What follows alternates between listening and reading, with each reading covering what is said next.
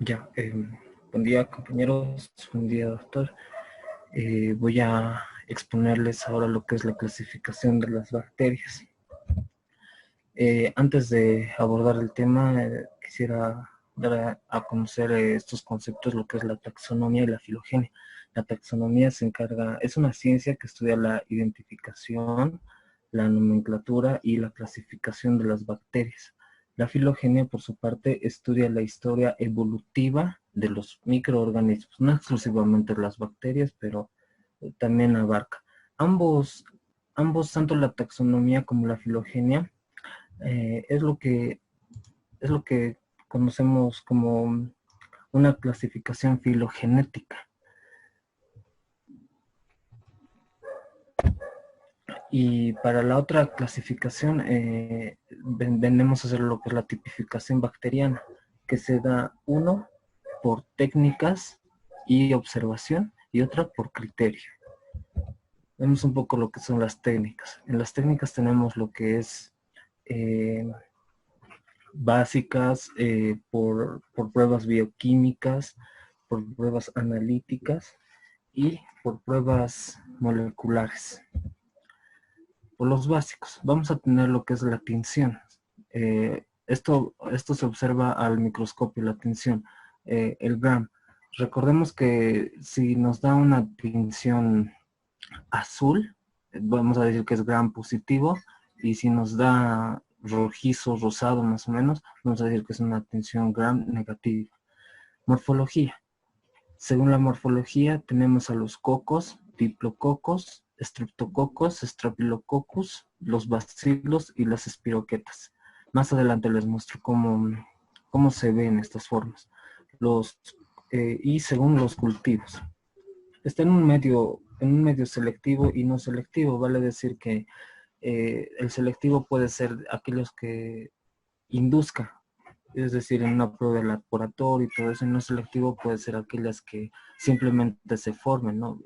Un claro ejemplo de un cultivo no selectivo sería a veces el moho, que vemos en muchos alimentos cuando estos se empiezan a degenerar, ¿no? Acá vemos un poco la forma de los diplococos, que son más o menos como un par de cocos juntos. Estos vienen a ser los que son los estreptococos. Acá es necesario identificar con los estrepilococos. Los estrepilococos son aglomeraciones así, pero unas con otras. La diferencia con los estreptococos es que estos se dan como una especie de gusanitos, una pelotita, así vamos a llamarlo, al lado del otro. Acá tenemos ejemplos de bacilos también. Más bacilos, y estos vienen a ser lo que son las espiroquetas, que su nombre se debe a eso, ¿no? Forman espirales por su morfología misma, por cómo se las observa. Ahora, por pruebas bioquímicas, tenemos una prueba que es de catalasa, es decir, sometidas a un laboratorio, observamos acá que se las llega a identificar y a clasificar según a cómo reaccione con estos compuestos. Con la catalasa, otros con prueba de oxidosa, y un antibiograma, que este punto ya viene a ser más como en un estudio de laboratorio, el ATB le dice. Ahora, según las pruebas analíticas, es presencia o ausencia de enzimas y proteínas. También viene en pruebas de laboratorio. Recordemos que estamos en todo esto, lo que les estoy describiendo es por técnicas y observación. En las pruebas moleculares, no tengo conocimiento, y a lo que investigué en Bolivia no hay todavía esto, pero esta prueba consiste en clasificarlas según previo estudio y determinar su secuencia de ADN y la identificación de sus genes. Quiero volver al punto por criterio. Acá, ya ahorita hemos abarcado todo lo que es por técnicas, su clasificación, su tipificación. Por criterio viene a ser otros 3 puntos, que es la fisiológica, otra es la Ya. bioquímica y otra es la genética. La fisiológica, que está dado por su función en general. La bioquímica va a ser todos los procesos el cual una misma bacteria abarca, y la genética, cuáles son sus componentes de DNA, RNA y otros factores que sean propios de la genética. Eso es todo, doctor. Ya, Gracias, compañeros. está perfecto. Muy bien. ¿Algún, chicos, alguna duda que tengan?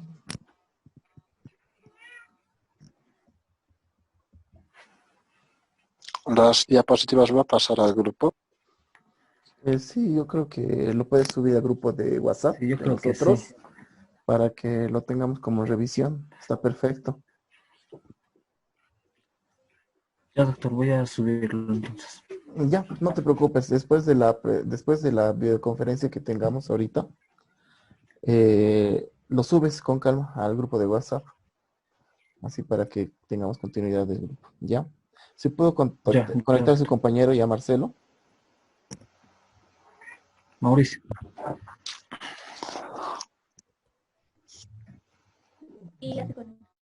Ya, perfecto. Ya, entonces continuaremos con la exposición. Vamos a hablar sobre el crecimiento, supervivencia y muerte de microorganismos. Aún así, dentro de esto vamos a ver todo lo que se encarga acerca de lo que son antisépticos, qué es la asepsia y posteriormente qué son los antimicrobianos como conocimiento general previo a lo que vamos a llevar, que es farmacología. ¿Ya? Es muy importante que se sepan todas estas cosas. Entonces, ¿qué es la supervivencia de microorganismos en un ambiente natural? Es la supervivencia de un grupo microbiano, o sea, de esta microbiota en un nicho ambiental, influenciada ya sea por la competencia de nutrientes y por el mantenimiento. Esto podemos verlo en el estómago. Cuando uno tiene como ya habíamos mencionado, ¿no ves? Siempre tenemos una flora microbiana saprófita, que no es la que nos hace daño. Esta siempre va a tener competencia por los nutrientes que va a haber en un medio ambiente o en su propio medio, ¿no? Su medio sería el estómago, ¿no ven? Ahora, es indispensable comprender que la competencia de estos recursos, van a tener un determinado, dependiendo de esto, van a tener un crecimiento, una supervivencia, y hacia de esto también va a haber muerte de especies bacterianas, ¿ya? Porque a veces puede ser que, digamos, en el estómago va a haber Helicobacter pylori. Entonces, dependiendo del ambiente que se tenga que se pueda tener, va a haber o un crecimiento o una supervivencia de este. También va a depender mucho de su medio. Si va a haber un medio ácido, medio alcalino, y dependiendo de estos factores, va a haber mayor crecimiento o proliferación de la bacteria. ¿Ya? Una microbiota diferente puede ocupar un nicho microbiano ambiental. Eso es lo que habíamos mencionado igual en la primera clase. ¿Por qué?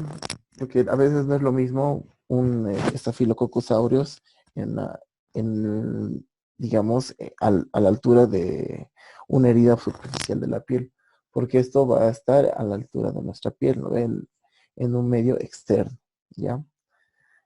Posteriormente, ¿qué es el significado de crecimiento? Es el incremento ordenado de la suma de todos los componentes de un organismo, ¿ya? Entonces tenemos dos tipos de crecimiento. Uno que no es el crecimiento real, que es el crecimiento mismo de la propia célula, ¿ya? Ya sea por lípidos o polisacáridos. Y otro va a ser por la multiplicación. Esto en microbiología se utiliza así. Crecimiento le llamamos a la multiplicación de células por fisión binaria. Esta incrementada por el número de las bacterias individuales que conforman una población. Abajo podemos ver un agar. En este es un medio de cultivo en el cual las bacterias, vos agarrando una bacteria o ¿cómo se llama? Una muestra de la bacteria, lo pones en cultivo y esta va a proliferar, ¿ya? A esto le llamamos crecimiento, ¿ya? Ahora, ¿cuál es lo más importante que tienen que saber sobre la división celular en bacterias? Va a tener primero una replicación del DNA. Posteriormente va a haber una elongación celular, ¿ya? Posteriormente de esto va a haber un septum, el cual va a iniciar ya la división de esta bacteria. Por último, ese septum genera dos paredes, cada una individual para cada bacteria. Y por último, va a haber una separación de células hijas. Esto se va a llamar bipartición, después gemación o división múltiple, ¿ya? El tiempo mayormente es de 20 minutos a 1 hora. Entonces, eso va a diferir en cada tipo de célula o bacteria, ¿ya? La medición de concentraciones microbianas va a haber un recuento de células viables, que es la medida de la concentración de células. Entonces, ¿cómo hacemos? Se obtiene 1 mililitro de una suspensión de bacterias. En esta se realiza consecuentemente diluciones seriales, 1 en 10, ¿ya? Y después se cultivan alicuas o proporcionales de un medio, en un medio agar. Posteriormente, cada bacteria, ahora sí, listo. Cada bacteria invisible o individual va a tener una acumulación de bacterias. ¿Y esto para qué? Para formar una colonia visible que puede contarse. Para propósitos estadísticos, las placas contienen entre 30 y 300 colonias, que proporcionan los datos más precisos en el conteo de la placa. Entonces, esto nos va a dar un número de unidades formadoras de colonias, que eso es muy importante para el conteo de bacterias. Ya, ya. Otro factor que vamos a ver va a ser la turbidez. Para la mayoría de los propósitos, la turbidez del cultivo nos ayuda a calcular, calculada por los medios fotoeléctricos de este cultivo, ¿ya? Este puede relacionarse con el recuento de células viables utilizando una curva estándar. Como alternativa, en ocasiones dice, es posible realizar el cálculo visual aproximado, por ejemplo, ¿ya? Una sustancia poco turbia de Escherichia coli contiene cerca de 107 células por mililitro, mientras que una suspensión muy turbia incluye cerca de 108 células. Este es un medio, digamos, que a partir de 107 células es poco turbio, o sea, menor a 107 células es menos turbia y mayor a 107, 108 hojas es más turbio, ¿ya? Ahora, a continuación, ¿qué vamos a hablar? Eh, ¿Qué es la esterilización en sí? ¿Por qué nos ayuda a saber todo esto sobre la muerte celular? ¿Qué es que nos ayuda a ver cómo vamos a eliminar los microorganismos patógenos o que no son no son saprófitos para nosotros? Entonces, mediante 3 tipos de procesos vamos a eliminar a los microorganismos patógenos, ¿ya? Uno es la esterilización, otro es la desinfección o antisepsia y por último, perdón, la sepsia y por último la antisepsia. Ahora, vamos a ver qué es la esterilización. Es el proceso mediante el cual se alcanza la muerte total, casi, de todas las formas de vidas microbianas, incluyendo bacterias y sus formas esporuladas altamente resistentes, hongos y sus esporos, y por último los virus. Se entiende por muerte a la pérdida irreversible de la capacidad reproductiva del microorganismo, ¿ya? Eso incluye también, en varios casos, a virus, ¿ya? Como habíamos mencionado por último, ¿no ve? Algo muy importante que hay que recalcar, algo que tienen que comprender cómo se ve en la foto, nosotros hemos hecho la diferenciación en medicina. ¿Por qué? Porque la esterilización se utiliza para objetos inanimados, para material que se va a utilizar tanto en cirugía o